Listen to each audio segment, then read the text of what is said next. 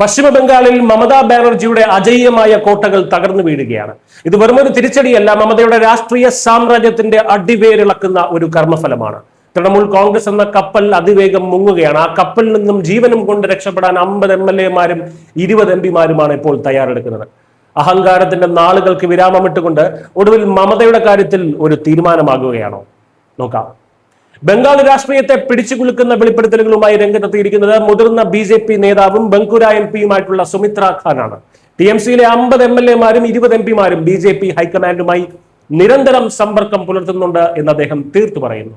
BJP കേന്ദ്ര നേതൃത്വം ഒന്ന് പച്ചക്കൊടി കാണിച്ചാൽ പിന്നെ ബംഗാളിൽ TMC എന്നൊരു പാർട്ടി തന്നെ ബാക്കിയുണ്ടാകില്ല എന്നാണ് സുമിത്ര ഖാന്റെ മുന്നറിയിപ്പ്.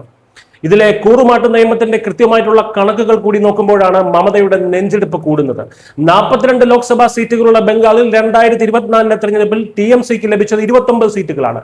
ഇതിൽ 20 MP-മാർ ഒരുമിച്ച് പാർട്ടി വിട്ടാൽ കൂറുമാട്ട നിരോധന നിയമപ്രകാരം അവരെ അയോഗ്യരാക്കാൻ മമതയ്ക്ക് കഴിയില്ല. അതായത് മമതയെ നിയമപരമായി തന്നെ നിരായുധയാക്കുന്ന കൃത്യമായിട്ടുള്ള ഒരു ഓപ്പറേഷനാണ് നടക്കാൻ പോകുന്നത്.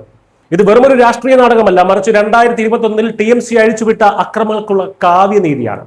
അന്ന് അഹങ്കാരത്തോടെ BJP കമ്മ്യൂണിസ്റ്റ് പ്രവർത്തകരുടെ വീടുകൾ തകർത്തവർക്കുള്ള കർമ്മഫലം. മുതിർന്ന തൃണമൂൽ നേതാവ് അഭിഷേക് ബാനർജിക്കെതിരെ രൂക്ഷ വിമർശനമാണ് സുമിത്ര ഖാൻ ഉന്നയിക്കുന്നത്. പാപികൾ ജയിലിൽ പോകേണ്ടി വരുമെന്നും 2021 പ്രതിപക്ഷത്തിന്റെ വീടുകൾ തകർത്ത അഭിഷേക് ബാനർജിയുടെ സ്വന്തം വീടിന് മുന്നിലാണ് ഇന്ന് നീതിയുടെ ബുൾഡോസറുകൾ കാത്തു കിടക്കുന്നതെന്നും അദ്ദേഹം ഓർപ്പിക്കുന്നു. കർമ്മം അതിന്റെ ഫലം തിരികെ നൽകാൻ ഇപ്പോൾ അധികം വൈകാറില്ല എന്നതിന്റെ ഏറ്റവും വലിയ ഉദാഹരണം കൂടിയാണത്. TMC നേരിടുന്ന ഈ പൊട്ടിത്തെറി വെറും അഭ്യൂഹങ്ങളല്ല. കഴിഞ്ഞ ദിവസം സുവേന്ദു അധികാരിയുടെ യോഗത്തിൽ ബരാസത്തിലെ TMC MP കകോലി ഘോഷ് ദസ്തിദാറും 6 തൃണമൂൽ MLA-മാരും പങ്കെടുത്തത് ഈ തകർച്ചയുടെ വ്യക്തമായിട്ടുള്ള സൂചനയാണ്. കകോലി ഘോഷിനെ ലോക്സഭയിലെ ചീഫ് വിപ്പ് സ്ഥാനത്ത് നിന്ന് TMC നീക്കിയതിന് പിന്നാലെ കേന്ദ്ര സർക്കാർ അവർക്ക് ഉടൻ തന്നെ Y കാറ്റഗറി സുരക്ഷ നൽകുകയും ചെയ്തു. ഈ നേതാക്കൾ ഇപ്പോൾ TMC എന്ന മുങ്ങുന്ന കപ്പലിൽ നിന്ന് ജീവനും കൊണ്ട് ഓടി രക്ഷപ്പെടുകയാണ്, അല്ലെങ്കിൽ ചാടി രക്ഷപ്പെടുകയാണ് എന്ന് തന്നെ പറയാം. അന്വേഷണ ഏജൻസികളുടെ പിടിയിലാകുന്നതിന് മുൻപ് സ്വന്തം മുഖം രക്ഷിക്കാനുള്ള നെട്ടോട്ടത്തിലാണ് അവർ.